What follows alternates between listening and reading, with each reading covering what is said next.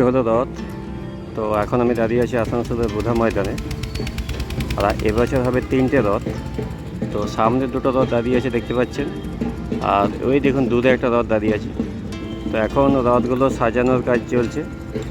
তো 12টা 1টা থেকে রথ টানা শুরু হবে। তো অনেক সময় একটু আগে পিছিয়ে হয়ে যায়।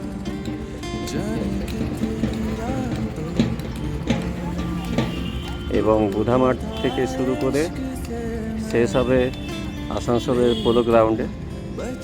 তো রথগুলো দেখতে খুবই সুন্দর লাগছে দেখতে, এবং প্রচণ্ড ভিড় হয়, প্রত্যেক বছরই ভিড় হয়। কিন্তু অন্য বছর একটা রথ থাকে, এবারে 3টে রথ হয়েছে।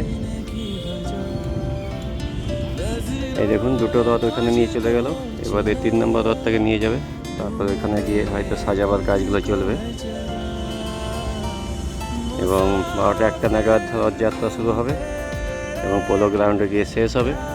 এবং প্রচুর ভিড় হয়, তখন আপনাদের একটা ভিডিও দেবো আমি।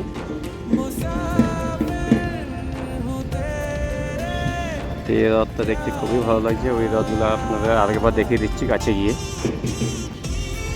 এই দেখুন এই 2টো রথ। তো প্রত্যেকটা রথের কিন্তু একটা করে নাম আছে।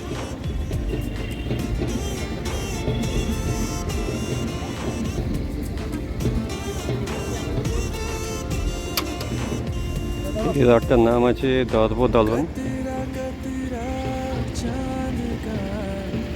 এটা হলো তালধ্বজ। আর ওই রথটার নাম আছে, সেটা আপনাদের গিয়ে দেখাচ্ছি। এই দেখুন এই রথটার নাম হলো নন্দী ঘোষ।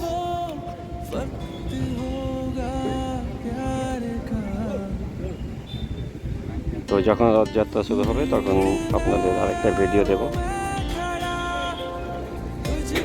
তো আমি আপাতত এখানে ভিডিওটা শেষ করছি।